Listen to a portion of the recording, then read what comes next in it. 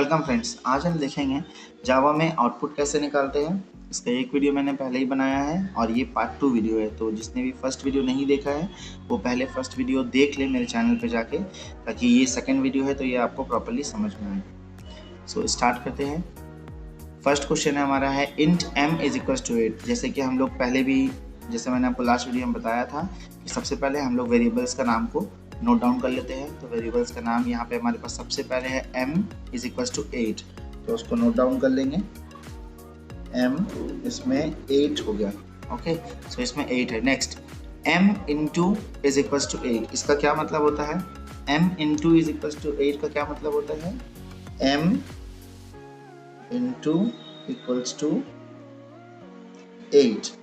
सो इसका मतलब क्या होता है? अगर हम इंटू करते हैं तो सबसे पहले ये जो ऑपरेटर है इसको शॉर्ट हैंड ऑपरेटर भी हम लोग बोलते हैं, या शॉर्ट हैंड लिखने का तरीका बोल सकते हैं। तो इसको प्रॉपरली अगर लिखे तो ये ऐसे लिखाएगा, m is equals to m into 8। इसका मतलब ये होता है। सो जब भी हम यहाँ लिखते हैं m into equals to 8, it means कि m is equals to m into 8।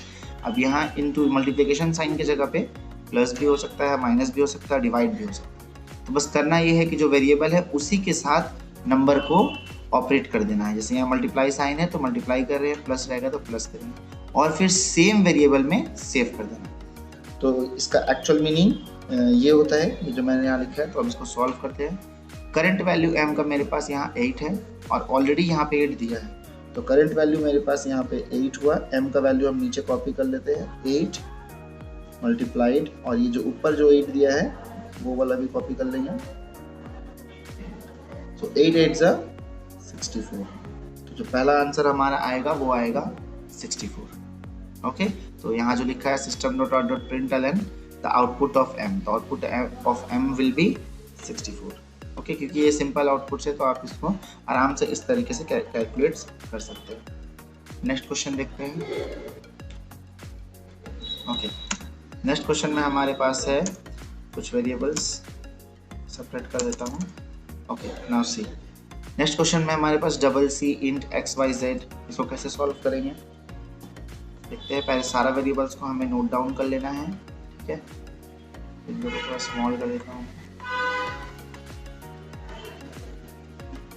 और अदरवाइज इसको शिफ्ट कर देता हूँ। ओके, हाँ सो ठीक है। सो डबल सी, सबसे पहले सी एक वेरिएबल हमारे पास है, सी। नेक्स्ट हमारे पास जो वेरिएबल्स है वो है X Y Z. So X Y and Z, ये सारे वेरिएबल्स है हमारे पास। इनिशियल वैल्यूज एक्स का 5 है, वाई का 10, जेड का 11। तो एक्स का 5, वाई का 10, जेड का 11। तो ये सारा वैल्यूज मैंने इनिशियली लिख लिया। अब C में आंसर सेव होगा। कैलकुलेशन दिया है x into Y plus Z divide by 2। So x into Y plus Z divide by 2 ये कैलकुलेशन है। So x into Y plus Z divide by 2। तो ये किस तरीके से सॉल्व होगा? यहाँ पे मल्टीपल ऑपरेटर्स है, आप देख रहे हैं। एक मल्टीप्लाई है, एक एडिशन साइन है, एक डिवीजन साइन है। तो किसको पहले सॉल्व करें? तो जैसे कि मैथ्स में होता है बोर्ड मास रूल, वैसे ही कंप्यूटर में भी रूल होता है जिसको हम लोग ऑपरेटर प्रेसिडेंस बोलते हैं। ऑपरेटर, कौन सा ऑपरेटर पहले वर्क करेगा। तो यहाँ पे ऑपरेटर प्रेसिडेंस मैं आपको दिखा देता हूँ। ये है ऑपरेटर्स प्रेसिडेंस इन जावा। जितने भी यूनरी ऑपरेटर्स होते हैं, जो सिंगल ऑपरेटर्स होते हैं, सिंगल वैल्यू पे काम करते हैं, वो सबका हाईएस्ट प्रेफरेंस होता है। अभी नेक्स्ट क्वेश्चन में यूनरी ऑपरेटर का भी आपको कराऊंगा। यहाँ पे जो मैं अभी करंट क्वेश्चन जो हमारा चल रहा है वो है बाइनरी ऑपरेटर का, क्योंकि यहाँ पे हमारे पास इंटू साइन है, प्लस साइन है, डिवाइड साइन है। ये सब दो वैल्यूज पे काम करते हैं। जैसे अगर हम मल्टीप्लाई करना चाहते हैं तो x और y ये दोनों को मिला के ही मल्टीप्लाई किया जा सकता है, सिर्फ x पे कुछ नहीं कर सकते, है ना। तो ये हुआ बाइनरी ऑपरेटर। सो बाइनरी ऑपरेटर जितना भी है उसका प्रेफरेंस के हिसाब से अगर हम देखेंगे तो multiply, divide and modulus sign, ये प्रेफरेंस में एक ही प्रेफरेंस में आता है, ठीक है। Multiply, divide and modulus. इसके बाद ये इसको सेकंड प्रेफरेंस में रखते हैं हम लोग। फर्स्ट में यूनरी ऑपरेटर है, सेकंड में मल्टीप्लाई, डिवाइड एंड मॉडुलस, ये एक ही प्रेसिडेंस में है। मतलब कि जो पहले मिलेगा उसको सॉल्व कर लेंगे from the left hand side. तो इसके अकॉर्डिंगली अगर हम लोग देखें तो लेफ्ट हैंड साइड से हमें सबसे पहले मल्टीप्लाई मिल रहा है, प्लस है, लेकिन प्लस आप देखेंगे तो यहाँ पे थर्ड प्रेसिडेंस में है, थर्ड में। तो ऑफकोर्स पहले हमको ये तीनों में से जो जो दिख रहा है वो सॉल्व करना है, multiply, divide and modulus sign, ये तीनों में से जो जो दिख रहा है उसको पहले सॉल्व करेंगे। तो हमारे पास x इंटू वाई ये सबसे पहले हो गया, सबसे पहले मिल गया। उसके बाद यहाँ z divide by 2, left hand side से जाएंगे तो ये हमारा ऐसे जाएंगे तो ये पहले सॉल्व होगा, ये दोनों पहले सॉल्व हो जाएगा और उसके बाद ये सॉल्व होगा, ठीक है, अगर लेफ्ट हैंड साइड से जाएंगे। और प्लस थर्ड प्रेफरेंस में है तो वो उसके बाद सॉल्व होगा, क्योंकि मल्टीप्लाई डिवाइड सेम प्रेफरेंस में है तो लेफ्ट से जो पहले मिलेगा हम लोग उसको सॉल्व करेंगे, left through the left hand side, okay, left to right हम लोग जाएंगे इसको। तो वैल्यूज डाल लेते हैं पहले हम लोग। तो हम लोग x का वैल्यू हमारे पास 5 है, मल्टीप्लाई, देन हमारे पास y का वैल्यू 10 है, प्लस z का वैल्यू हमारे पास 11 है, 11 डिवाइड बाई 2।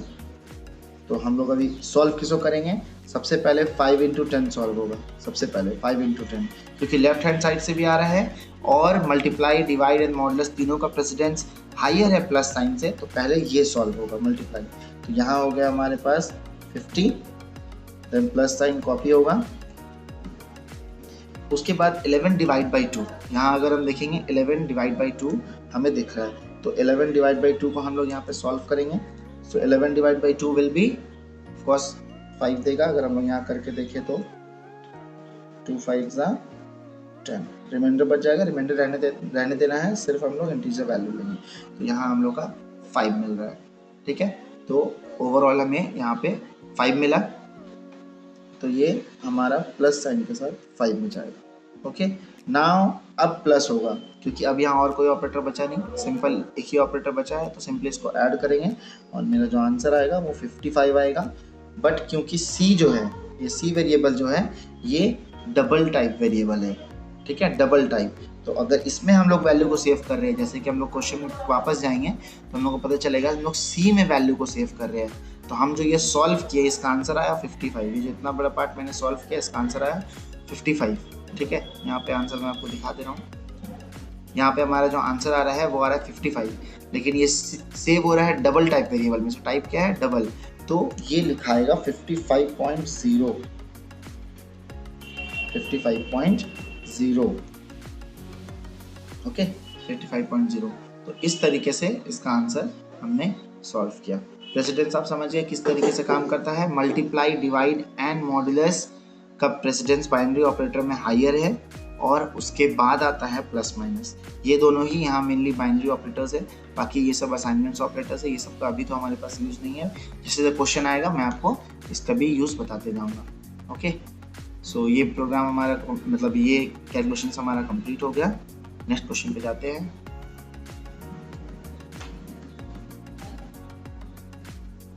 नेक्स्ट क्वेश्चन ये है हमारा यूनरी ऑपरेटर का क्वेश्चन, तो इसको हम लोग कैसे सॉल्व करेंगे देखते हैं। यूनरी ऑपरेटर में हमारे पास दो तरह के ऑपरेटर यूज होते हैं, एक प्लस प्लस, एक माइनस माइनस। उसका भी दो मेथड है यूनरी ऑपरेटर में। जैसे कि यहाँ पे आप देख रहे हैं, एक लिखा है, पहले मैं कुछ एक्सप्लेनेशन आपको दे रहा हूँ, ठीक है। एक लिखा है m माइनस माइनस और एक लिखा है माइनस माइनस m। तो ये जो ऑपरेटर है इसको हम लोग बोलते हैं पोस्ट फिक्स, ठीक है। ये पोस्ट फिक्स ऑपरेटर है, पोस्ट फिक्स। और ये जो ऑपरेटर है इसको हम लोग बोलते हैं प्रीफिक्स, ये प्रीफिक्स ऑपरेटर है। तो एक पोस्ट फिक्स ऑपरेटर हुआ और एक प्रीफिक्स ऑपरेटर हुआ। प्रीफिक्स में जो डबल साइन है माइनस माइनस का वो पहले है, और पोस्ट फिक्स में जो माइनस माइनस साइन है वो बाद में है। ये माइनस माइनस प्लस प्लस भी हो सकता है, ठीक है, डिपेंड करता है क्वेश्चन के अकॉर्डिंग। ये माइनस माइनस को हम प्लस प्लस भी कर सकते हैं, लेकिन पोस्ट फिक्स मतलब जिसका डबल साइन जो है वो बाद में दिया हुआ है, और प्रीफिक्स मतलब जिसका डबल साइन पहले दिया हुआ है। और इसका यूज़ है वो अभी जब हम लोग सॉल्व करेंगे तो मैं आपको दिखाऊंगा इसका क्या यूज़ है। ओके, सो ये हो गया हमारा पोस्ट फिक्स प्रीफिक्स। और इसमें generally plus plus minus minus ही होता है। प्लस प्लस का मतलब होता है एक से इंक्रीमेंट, माइनस माइनस का मतलब होता है एक से डिक्रीमेंट, मतलब 1 से डिक्रीमेंट कर देंगे जो भी वैल्यूज होगा, और अगर प्लस प्लस है तो 1 से इंक्रीमेंट कर देंगे। लाइक सपोज अगर मेरे पास m में 5 स्टोर्ड है और लिखा है m प्लस प्लस, तो इट मीन्स कि m में 6 चला जाएगा। m में कितना हो जाएगा? 6 चला जाएगा। ज़्यादा कुछ नहीं, सिर्फ एक इंक्रीमेंट करना है यहाँ पे, ठीक है। तो बस एक इंक्रीमेंट कर दिया। अगर मेरे पास m में 5 है और m प्लस प्लस हम लिख दिए हैं तो m में 6 हो जाएगा, एक इंक्रीमेंट हो गया। इसी तरीके से अगर मेरे पास प्लस प्लस m लिखा है, प्लस प्लस m, तो भी यहाँ पे m में 6 होगा, ठीक है, तो भी m का वैल्यू 6 हो जाएगा। नेक्स्ट लाइन पे हम देखेंगे तो m का वैल्यू 6 हो गया। तो फिर इन दोनों का यूज़ क्या है, प्लस प्लस पहले लगाने या बाद में लगाने से क्या डिफरेंस आता है, वो हम लोग अभी इस प्रोग्राम को जब सॉल्व करेंगे तो उसका डिफरेंस आपको पता चलेगा। जब भी हम लोग प्लस प्लस पहले लगाते हैं तो उसमें हम लोग अपडेट वैल्यूज़ का पहले करेंगे, मतलब वैल्यू चेंज होगा, उसके बाद कैलकुलेशन होगा। और अगर हम लोग प्लस प्लस बाद में लगाएंगे इसके जैसा, तो हम लोग पहले कैलकुलेशंस कर लेंगे, बाद में वैल्यू चेंज होगा, ठीक है। उसका प्रॉपर यूज मैं आपको करके दिखाऊंगा तभी आपको प्रॉपर्ली समझ में आएगा। ओके, तो अब हम लोग इसको सॉल्व करते हैं। सबसे पहले हमारे पास वेरिएबल्स क्या क्या है, m and p। So m p, दो वेरिएबल्स हमारे पास है यहाँ पे। ओके, m का इनिशियल वैल्यू 5, p का इनिशियल वैल्यू 0। m का 5, p का 0। अब हमारे पास यहाँ पे इक्वेशन है m minus minus plus minus minus m, ये इक्वेशन है m minus minus plus minus minus m, ये एक इक्वेशन है। तो इसको हम लोग सॉल्व कैसे करेंगे? सबसे पहले m माइनस माइनस ये पोस्ट फिक्स ऑपरेटर है, ठीक है, पोस्ट फिक्स बाद में। तो हम लोग क्या करेंगे, पहले ये 5 जो है ये वैल्यू यहाँ कॉपी होगा, उसके बाद ये ऑपरेटर एग्जीक्यूट करके 5 को चेंज करके 4 कर देगा, क्योंकि यहाँ पे माइनस माइनस है।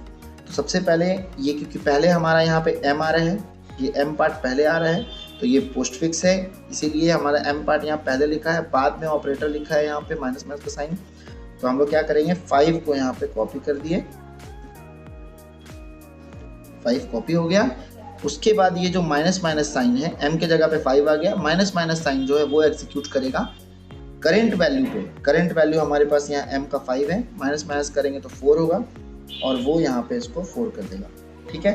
तो ये ड्राई रन का सेक्शन जो है, ड्राई रन का सेक्शन में हम लोग इसको 4 कर दिए, लेकिन जो कैलकुलेशन सेक्शन है वहाँ 5 ही आया, पहले लिख दिए, मतलब कि right then update. Postfix में क्या होता है, राइट देन अपडेट, पहले हम लोग लिखेंगे बाद में अपडेट करेंगे। ओके, नेक्स्ट हमारे पास प्लस साइन है यहाँ पे, उसके बाद हमारे पास यहाँ माइनस माइनस m है।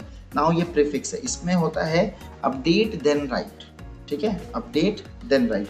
तो माइनस माइनस साइन पहले दिया हुआ है, तो पहले कैलकुलेशंस हो जाएगा, मतलब कि माइनस माइनस का कैलकुलेशन पहले हो जाएगा, ऑपरेटर अपना वर्क पहले कर दिया।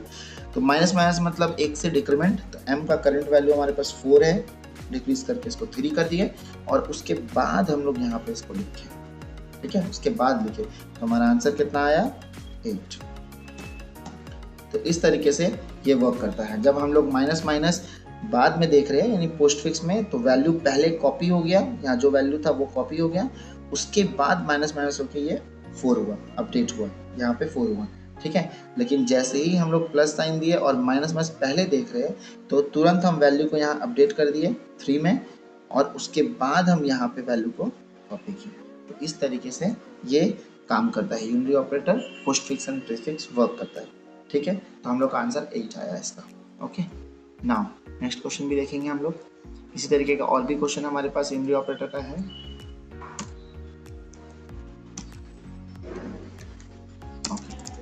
नेक्स्ट क्वेश्चन में भी हमारे पास 3 वेरिएबल्स है। जो फर्स्ट वेरिएबल है a, then p, then q। So हमारे पास a है, p है, q है, 3 वेरिएबल्स हैं। सबसे पहला जो है हमारे पास यहाँ लिखा है a = 7। तो हमारे पास a का इनिशियल वैल्यू हम डाल लेते हैं, a = 7, p = 0 and then q = 0। ये हमारे पास इनिशियल वैल्यूज मैंने यहाँ पे लिख दिया। उसके बाद हमारे पास कैलकुलेशंस पार्ट है जिसमें यूनिटी ऑपरेटर लगा है, प्लस प्लस ए प्लस माइनस माइनस ए। तो ये किस तरह सॉल्व होगा, प्लस प्लस ए प्लस माइनस माइनस ए, ये किस तरह सॉल्व होगा। अगेन देखिए पहले प्लस प्लस लिखा है, मतलब ये प्रीफिक्स है, पहले प्रीफिक्स मतलब कि पहले यहाँ पे अपडेशन होगा, वैल्यू का चेंज होगा, उसके बाद यहाँ पे हम लोग इसको कैलकुलेशन करेंगे। ओके, तो यहाँ पे 7 है, यहाँ पहले प्लस प्लस है तो 7 इंक्रीमेंट हो जाएगा और 8 हो जाएगा, 1 से आगे बढ़ गया, 8 हो गया। देन उसके बाद यहाँ ए लिखा है तो 8 हमने यहाँ नोट डाउन कर दिया। देन प्लस, उसके बाद पहले माइनस माइनस, यहाँ क्या दिया हुआ है, पहले माइनस माइनस दिया हुआ है, फर्स्ट माइनस माइनस है, तो हम लोग क्या करेंगे, इसको वापस 7 कर देंगे, 1 से घट गया ए, और उसके बाद ए यहाँ लिखा है तो ए, उसके बाद वाला जो ए है वो जो करंट वैल्यू है वो यहाँ लिखा जाएगा। तो अगेन आपने देखा कि प्रीफिक्स में मैंने पहले यहाँ पे अपडेशन किया, इस सेक्शन को अपडेट किया, उसके बाद यहाँ पे नोट डाउन किया, ठीक है। तो प्रीफिक्स ऐसे ही वर्क करता है। तो ओवरऑल हमारे पास आंसर आया 15, ठीक है, उसका जो आंसर आया वो हमारे पास 15 आया है, ठीक है। तो ये आंसर किस में सेव हो रहा है, क्वेश्चन के अकॉर्डिंग देखेंगे, ये वाला पूरा जो आंसर है सॉल्व होकर के पी में सेव हो रहा है। अभी क्वेश्चन खत्म नहीं हुआ, ये तो बस एक पार्ट सॉल्व हुआ, तो ये जो पूरा आंसर है ये पी में सेव हो रहा है, करंट पी में। सो हम यहाँ पी को अपडेट कर देंगे। सो पी को जो अपडेट करेंगे तो हमारे पास पी का जो वैल्यू आया 15 आया है, तो पी में हम लोग 15 डाल दिए। ओके, सो पी का करंट वैल्यू हो गया 15। ओके, नाउ नेक्स्ट यहाँ पे हमारे पास जो दिया है Q minus equals to P, ये मैंने आपको पहले ही बता दिया है Q minus equals to P का क्या मतलब होता है। सो अगर यहाँ पे हम लोग सॉल्व करने के लिए देखें तो Q minus equal to P का मतलब होता है Q is equals to Q minus P, ये मतलब होता है। तो हमारे पास Q में जो करंट वैल्यू है दैट इज 0, यहाँ पे अगर हम लोग देखें Q का करंट वैल्यू 0 है और माइनस, और P का करंट वैल्यू हमारे पास 15 है। तो ओवरऑल मेरा जो आंसर आया है Q में वो -15 आया है। आंसर मेरा Q में ही सेव होगा। तो यहाँ से जब इसको माइनस कर देंगे, Q माइनस P करेंगे, Q में 0 था, P में 15 था, दोनों को हम लोग माइनस कर दिए, ओवरऑल आया 0 माइनस 15 इक्वल्स टू -15। और ये कहाँ सेव हो रहा है, Q में सेव हो रहा है। तो Q को अपडेट करके -15 कर देंगे।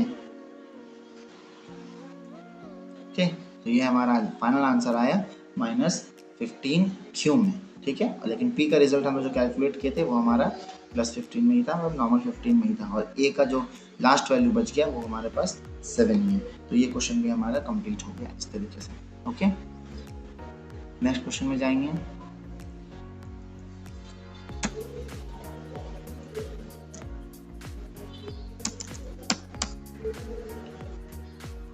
ओके, नेक्स्ट क्वेश्चन में हमारे पास है अगेन 3 वेरिएबल्स, तो इसको हम नोट डाउन कर लेते हैं। 3 वेरिएबल्स में सबसे पहले हमारे पास है A, then B, then C। Okay, so A में हमारे पास जो वैल्यू दिया है 0, B में 10, C में 40। A में 0, B में 10, C में 40। ओके, अगेन यहाँ पे यूनरी ऑपरेटर का ही काम हमारे पास है। A में कुछ आंसर सेव हो रहा है, तो पहले हम लोग इसको स्टोर कर लेते हैं, मतलब किस तरीके से कैलकुलेशन होगा उसको हम लोग लिख लेते हैं। सबसे पहले है minus minus B, then plus C, और उसके आगे 2 प्लस प्लस और लगा है, एंड देन प्लस बी, ठीक है। एंड एट लास्ट यहाँ पे प्लस बी है, यहाँ स्पेस का शॉर्टेज हो रहा है तो मैं इसे नीचे लिख देता हूँ, plus B. Okay okay, so now हमारे पास यहाँ पे दिख रहा है minus B plus C, last में हमारे पास प्लस बी है। ओके, तो इसको कैसे सॉल्व करेंगे देखते हैं। ए में जो भी आंसर सेव होगा वो किस में सेव होगा, ए में सेव होगा, ठीक है। जो भी आंसर सेव होगा वो ए में सेव होगा। तो हमारे पास माइनस बी यहाँ पे दिया है, माइनस बी, तो सबसे पहले बी जो है वो 1 से माइनस हो जाएगा, बिकॉज ये प्रीफिक्स ऑपरेटर है, ठीक है। तो हमारे पास ये ऑपरेटर पहले आ गया, माइनस माइनस जो पहले आ गया, तो ये b जो 10 था वो अब 9 हो गया, b हो गया 9। ओके, b 9 हो गया। एंड नेक्स्ट हमारे पास यहाँ पे इसको नोट डाउन कर देंगे 9। ओके, देन प्लस साइन हमारे पास है, और उसके बाद हमारे पास यहाँ देखेंगे तो यहाँ पे लिखा है C++, ये पोस्ट फिक्स है। तो C पहले लिखाएगा, अपडेट होगा, मतलब सॉरी लिखाएगा मतलब राइट फर्स्ट, मतलब पहले लिखेंगे राइट देन अपडेट होगा C। ओके, तो हम लोग यहाँ पे C को नोट डाउन कर लेंगे और उसके बाद C का वैल्यू बदल के 1 से आगे बढ़ाएंगे, प्लस प्लस है तो 41 होगा। ओके, एंड देन लास्ट में अगर हम देखें यहाँ प्लस B है, ठीक है, तो प्लस B के जगह पे B का करंट वैल्यू हमारे पास क्या है वो देख लेते हैं। B का करंट वैल्यू हमारे पास 9 है, तो वो यहाँ पे आ जाएगा, वो हमारे पास 9 आ गया। तो ओवरऑल जो हमारा आंसर आ रहा है वो आ रहा है 58। और ये स्टोर कहाँ हो रहा है? A में स्टोर हो रहा है।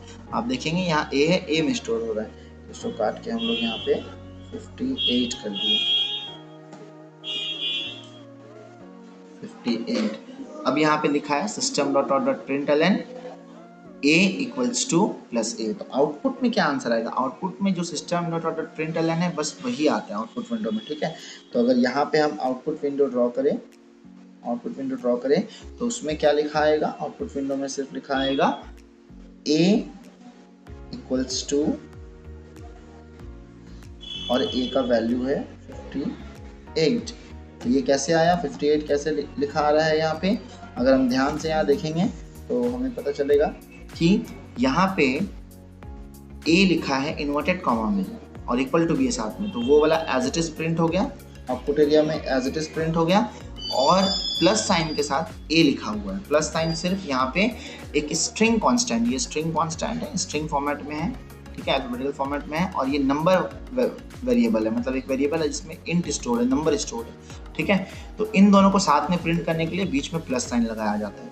तो यहाँ पे हम एक स्ट्रिंग कांस्टेंट लिख दिए हैं, यानी कि A इक्वल्स टू, ठीक है, और उसके बाद हम यहाँ पे 58 प्रिंट कर दिए हैं। 58 क्योंकि इसमें इन्वर्टेड कॉमा, A वाले A में इन्वर्टेड कॉमा नहीं लगा हुआ है, इसमें इन्वर्टेड कॉमा नहीं है, ठीक है, तो इसका वैल्यू प्रिंट होगा। ओके, तो जब इन्वर्टेड कॉमा नहीं रहता है तो वेरिएबल का वैल्यू प्रिंट होता है। तो यहाँ पे हमारे पास 58 वैल्यू आ गया, लेकिन यहाँ आप देखेंगे कि इन्वर्टेड कॉमा लगा हुआ है A इक्वल्स टू में, तो उसमें हमारे पास as it is A equals to लिखा हुआ है। ओके, तो इस तरीके से इसका आउटपुट आएगा। नेक्स्ट क्वेश्चन करेंगे हम।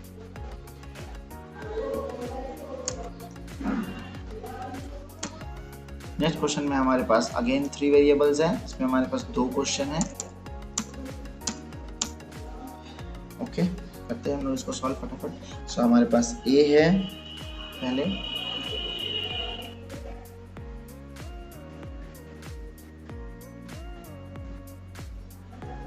सबसे पहले A है, देन हमारे पास B है, देन हमारे पास C है। ओके, तो यहाँ पे 2 क्वेश्चन है, तो हम नंबर 1 सॉल्व कर रहे हैं। पहले क्या क्वेश्चन दिया है? A minus B plus plus under bracket, so B plus plus, और उसके बाद हमारे पास इनटू का साइन है, एंड देन हमारे पास under bracket minus minus C है। ओके, सबसे पहले हम लोग इसको सॉल्व करेंगे। ये हमारा क्वेश्चन नंबर 1 है। तो इसको जब हम लोग सॉल्व करेंगे तो इसमें हमारे पास क्या क्या है? वेरिएबल्स का इनिशियल वैल्यू लिख लेते हैं। यहाँ पे A का हमारे पास 2 है, क्वेश्चन में जो दिया है, B का हमारे पास 3 है, और C का हमारे पास 9 वैल्यू है। तो सॉल्व कैसे होगा? यहाँ पे A माइनस है, तो A के जगह पे A का वैल्यू सिंपली आ जाएगा। A का वैल्यू हमारे पास 2 है। ओके, अच्छा, ब्रैकेट में है, आगे तो माइनस साइन दिया हुआ है, सिंपल वो तो नॉर्मल माइनस है, लेकिन ब्रैकेट में B प्लस प्लस है, तो ब्रैकेट से कोई इफेक्ट यहाँ पे नहीं पड़ता है। पोस्ट प्रीफिक्स ऑपरेटर में हम लोग इस तरह के क्वेश्चन में देखेंगे, ब्रैकेट से हमें कोई इफेक्ट नहीं पड़ता है। तो हम लोग बस सिंपल पोस्टफिक्स कैसे इसको वर्क करेंगे, B प्लस प्लस, तो पहले B लिखाएगा, बाद में अपडेट होगा। तो B पहले यहाँ 3 आया, ओके, तो पहले B यहाँ नोट डाउन हो जाएगा, राइट देन अपडेट है, B नोट डाउन हो गया, और एंड देन B यहाँ पे 4 होगा, B प्लस प्लस। उसके बाद हमारे पास मल्टीप्लाई का साइन है यहाँ पे, तो मल्टीप्लाई का साइन के साथ हमारे पास अगेन ब्रैकेट में माइनस माइनस C है। तो ये प्रीफिक्स ऑपरेटर है, ब्रैकेट से कोई डिफरेंस नहीं आएगा इसमें। सो प्रीफिक्स ऑपरेटर का सेम वर्किंग है, पहले हम लोग इसमें अपडेट करते हैं, अपडेट देन राइट। तो माइनस माइनस C का मतलब हो गया यहाँ पे 8, और 8 के बाद यहाँ पे करंट वैल्यू हमारा सी का 8 है, तो यहाँ 8 नोट डाउन हो गया। नाउ अगेन यहाँ पे दो ऑपरेटर है, एक माइनस साइन है, एक मल्टीप्लिकेशन साइन है। तो मल्टीप्लिकेशन साइन का प्रेफरेंस हाई है, ये मैंने पहले ही आपको बताया है, मल्टीप्लिकेशन साइन का प्रेफरेंस हाई है। तो पहले ये पार्ट सॉल्व होगा, तो 3 8 जा 24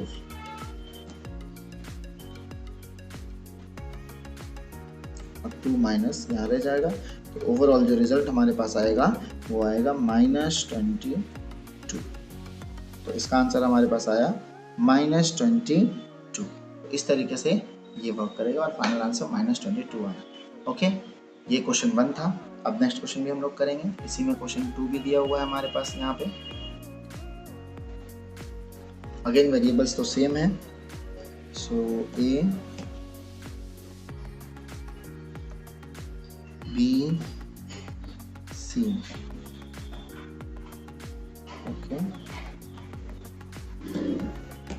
ठीक है, तो वैल्यूज डाल लेते हैं हम लोग प्रॉपरली इसमें। ए बी सी वैल्यूज है हमारे पास 2 3 एंड 9। ठीक है, नाउ इस बार जो क्वेश्चन दिया हुआ है वो है हमारे पास a into plus plus B. So a ऊपर ही लिख लेते हैं, a इंटू ब्रैकेट के अंदर है प्लस प्लस बी मॉड्यूलस, ये मॉड्यूलस साइन है, ठीक है, मॉड्यूलस सी। मॉड्यूलस साइन का यूज है रिमाइंडर निकालना, वो मैं भी आपको दिखा दूंगा। सो ए का जो हमारे पास वैल्यू है दैट इज 2 मल्टीप्लाई होगा प्लस प्लस बी, ब्रैकेट से कोई फर्क नहीं पड़ेगा, तो पहले प्रीफिक्स ऑपरेटर है ये, तो पहले यहाँ पे वैल्यूज का अपडेशन होना जरूरी है। तो ये हो जाएगा 4, तो हमारे पास आया 4 और उसके बाद हम यहाँ 4 लिखें।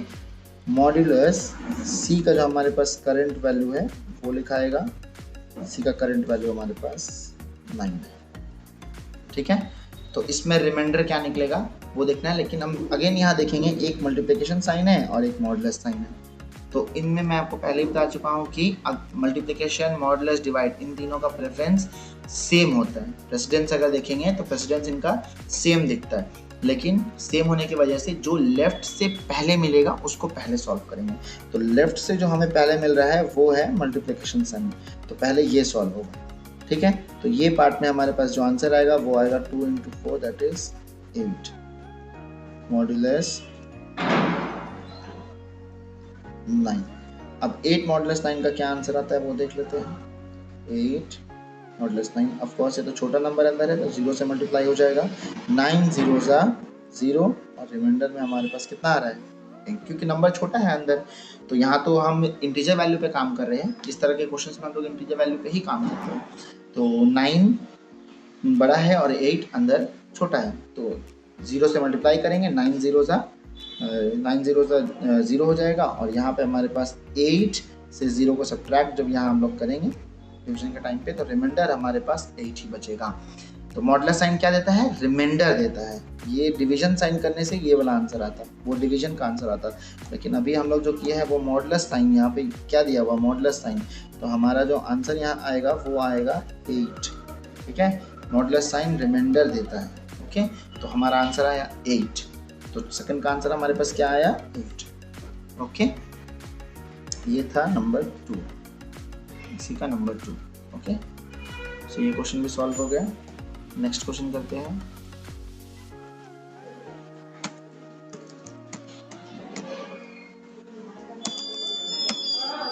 Okay, if a is equals to 5, b is equals to 9, calculate the value of, again unitary operator ही हमारे पास है, तो इसका यूज हम लोग देखेंगे कि हमारे पास क्या क्या किस तरीके से वर्क कर रहा है।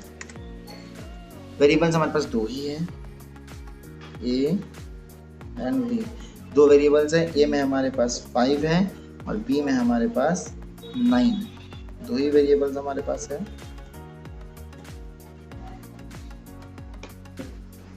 Okay, a plus equals to a plus plus minus plus plus b plus a, थोड़ा लेंदी कैलकुलेशन है।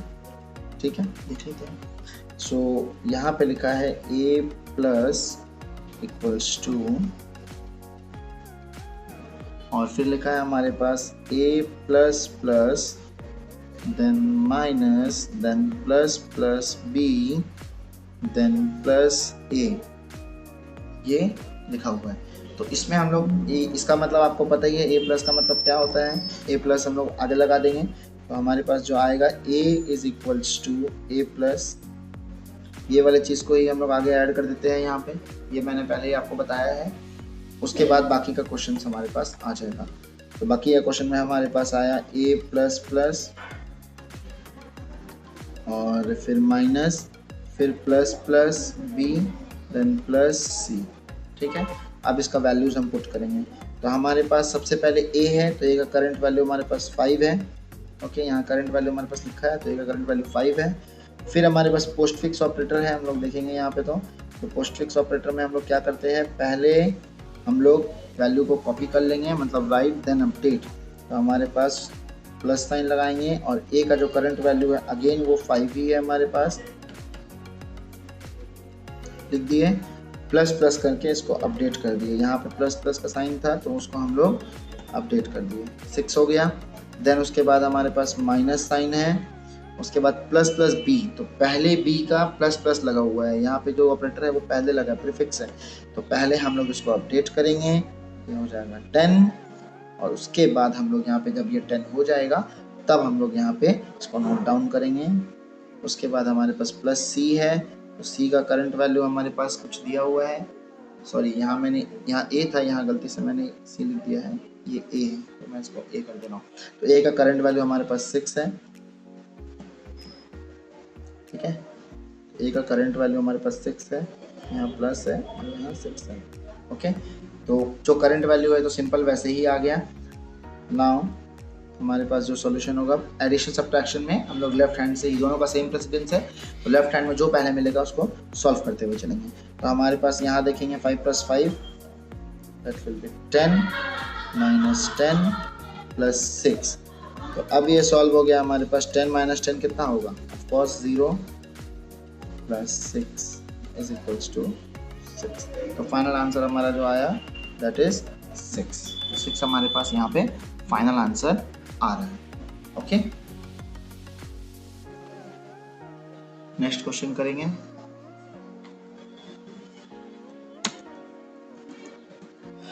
नेक्स्ट हमारे पास जो क्वेश्चन है वो है टर्नरी ऑपरेटर का। टर्नरी ऑपरेटर में बस हम लोग को क्वेश्चन जो आता है एग्जाम में वो होता है कि टर्नरी के ऑपरेटर के फॉर्मेट में लिखना। तो टर्नरी ऑपरेटर के फॉर्मेट में लिखने का मतलब ये होता है कि इफ एल्स का जो क्वेश्चन है उसको हम लोग एक लाइन पे ही लिख सकते हैं यूजिंग टर्नरी ऑपरेटर। ठीक है, ये टर्नरी ऑपरेटर का काम होता है। इफ एल्स का क्वेश्चन ज़्यादातर इस तरह से सॉल्व होता है। तो हम लोग इसको कैसे लिखेंगे, यहाँ लिखा है हमारे पास क्वेश्चन में, अगर हम देखें तो यहाँ लिखा है if income less than is equals to 1 lakh and tax equals to 0 हो जाएगा, एल्स टैक्स 0.1 इंटू इनकम होगा। बहुत सिंपल है, यहाँ हमको आउटपुट नहीं निकालना, बस लिखने का फॉर्मेट देखना है। तो टर्नरी ऑपरेटर क्या होता है, ternary operator generally question mark use करता है और *2 साइन यूज करता है। ठीक है, डबल डॉट का। तो उसको हम लोग किस तरह से यहाँ यूज करेंगे वो हम अभी आपको दिखाएंगे। तो सबसे पहले लिखा हुआ है जो भी आंसर सेव हो रहा है, अगर आप ध्यान से देखेंगे इफ कंडीशन का जो भी आंसर सेव हो रहा है वो टैक्स में हो रहा है। ठीक है, टैक्स में। एल्स का भी जो आंसर सेव हो रहा है वो टैक्स में हो रहा है। तो हम लोग लिखेंगे टैक्स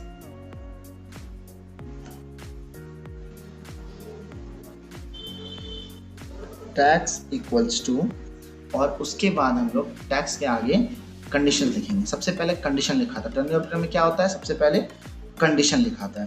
तो टैक्स इक्वल्स टू, कंडीशन क्या है हमारे पास, income less than. If condition कहाँ होता है, इफ के अंदर होता है। तो कंडीशन में लिखा है income less than equals to 1 lakh. तो यहाँ पे लिखा आएगा इनकम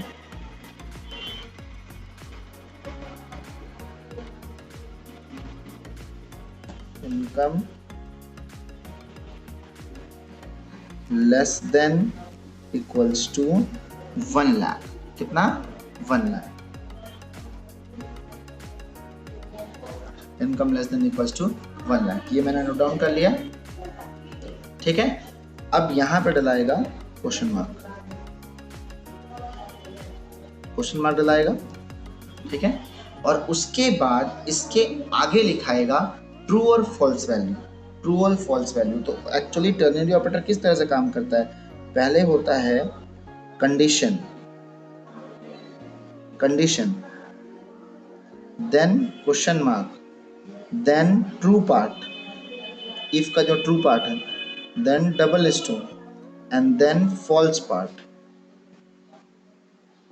ठीक है, इस तरीके से काम होता है टर्नरी ऑपरेटर में। ओके, तो हमारे पास यहाँ पे जो ट्रू पार्ट है उसके अकॉर्डिंगली यहाँ पे हम दिखा देते हैं कैसे वर्क कर रहा है। तो स्पेस नहीं है तो मैं नीचे नोट डाउन कर दे रहा हूँ। क्वेश्चन मार्क के बाद यहाँ क्वेश्चन मार्क मैंने दे दिया है, इसके बाद हमारे पास जो ट्रू पार्ट आएगा, ट्रू पार्ट में हमारे पास इफ का ट्रू पार्ट मतलब इफ के अंदर जो है, इफ के अंदर जो भी है वो ट्रू पार्ट कहलाता है। तो इफ के अंदर हमारे पास टैक्स इक्वल टू 0 है, तो यहाँ टैक्स तो इक्वल टू पहले ही मैंने दे दिया है। ठीक है, तो टैक्स इक्वल टू लिखने की जरूरत नहीं है, बस यहाँ पे 0 लिखा जाएगा और उसके बाद ये डबल डॉट होगा। ठीक है, 0 लिखा जाएगा और फिर डबल डॉट होगा। ओके, और उसके बाद फॉल्स पार्ट में हमारे पास यानी कि एल्स वाला पार्ट। फॉल्स मतलब क्या, एल्स वाला पार्ट। यहाँ भी मैंने आपको दिखाया फॉल्स मतलब एल्स वाला पार्ट। तो एल्स में हमारे पास है tax equals to 0.1 into income, तो वो मैं नीचे यहाँ लिख दे रहा हूँ। तो टैक्स इक्वल्स टू तो पहले से लिखा हुआ है, तो हम लोग को फॉल्स पार्ट में बस 0.1 इंटू इनकम। ओके, तो ये इस तरीके से लिखा था, बस इतना ही लिखना है और नहीं कुछ लिखना है, बस सॉल्व नहीं करना है इसको, इतना ही लिखना है। नेक्स्ट क्वेश्चन देखते हैं, इसका एक और क्वेश्चन हमारे पास है, फिर से कुछ ऐसा ही है। अगेन सॉल्व नहीं करना है, बस टर्नरी ऑपरेटर फॉर्मेट में इसको लिखना है। तो कंडीशन हम लोग जो है सबसे पहले लिखते हैं। यहाँ आंसर जो कैलकुलेट हो रहा है डी में हो रहा है। देखो, इफ का भी आंसर डी में है और एल्स का भी आंसर डी में है, ठीक है। तो इसमें हमारे पास d is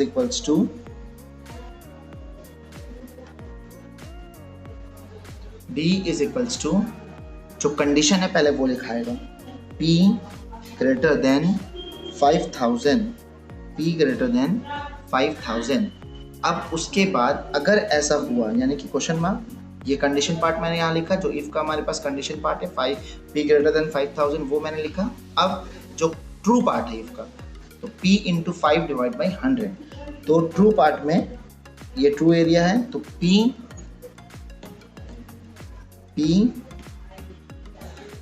into 5 divide by 100, ये ट्रू पार्ट हो गया।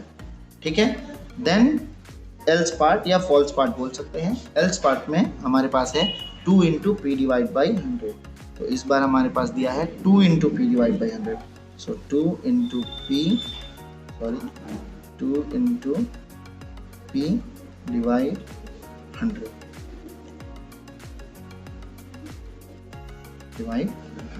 ठीक है। तो इस तरीके से हम लोग इसको लिखेंगे, यहाँ डबल डॉट रहेगा, ओके, और ये क्वेश्चन मार्क रहेगा। तो टर्नरी ऑपरेटर में मेन जो हमने देखा है कि यहाँ पे क्वेश्चन मार्क होता है, ये कंडीशनल पार्ट है, question mark, true part, false part, okay. तो इस तरीके से टर्नरी ऑपरेटर वर्क करता है। तो एग्जाम में आप लोगों को सॉल्यूशन करने आ सकता है। अगर ये कंडीशन ट्रू होगा तो ये ट्रू हो जाएगा, ये वाला आंसर प्रिंट होगा। अगर ये फॉल्स होगा तो ये आंसर प्रिंट होगा। सपोज अगर हम पी में कोई वैल्यू लेके भी यहाँ देख सकते हैं। सपोज हम लोग पी में 10,000 ले लेते हैं, तो उसका वैल्यू फिर हम लोग यहाँ पे निकाल के देखेंगे। तो यहाँ पे हमने 10,000 ले लिया, ओके, 10,000 यहाँ पे नोट डाउन कर लेते हैं, ओके। नाउ अब P में हमारे पास 10,000 है, 10,000 ग्रेटर देन 5,000, 10,000 5,000 से बड़ा है। तो कंडीशन यहाँ पे हमारे पास ट्रू है, ये कंडीशन हमारे पास ट्रू हो रहा है, 10,000 ग्रेटर देन 5,000 है। तो अब हम लोग क्या करेंगे, ट्रू पार्ट में जाएंगे। तो ये ट्रू पार्ट है क्योंकि ये कंडीशन ट्रू है। फॉल्स होने से हम लोग कहाँ जाते हैं, फॉल्स पार्ट में जाते हैं, लेकिन ये तो फॉल्स है नहीं, कंडीशन ट्रू है। तो 10,000 ग्रेटर देन 5,000 ट्रू है, तो हम लोग ट्रू पार्ट में जाएंगे और उसको सॉल्व करेंगे। तो P का वैल्यू हमारे पास करंट में 10,000 है, ठीक है, मल्टीप्लिकेशन है 5 के साथ और देन डिवाइड बाई है 100 के साथ, ओके। तो ये सॉल्यूशन हमारे पास जो बन रहा है वो 10,000 इंटू 5 डिवाइड बाई 100। तो ऑफकोर्स ये 2020 कट गया और हमारे पास 100 इंटू 5 तो 500 हुआ। अगर सिंपल मैथमेटिक कैलकुलेशन करें और अगर आप सिंपली भी करोगे, ऐसे भी करोगे, ऑपरेटर प्रेसिडेंस से भी करोगे, तो भी इसमें सेम आंसर आएगा। तीनों का प्रेफरेंस तो सेम ही है। तो अगर हम लोग देखेंगे तो यहाँ पे 10,000 इंटू 50,000 हो जाएगा, डिवाइड बाई 100 तो 500 ही आएगा, ओके। ओवरऑल आंसर हमारे पास यहाँ पे 500 आया। ट्रू पार्ट लिए इसमें, ठीक है। ट्रू पार्ट क्यों लिए? क्योंकि हमारे पास ये कंडीशन ट्रू है। अगर कंडीशन फॉल्स होगा तो फिर हम लोग फॉल्स पार्ट लेके सॉल्व करेंगे। ओके।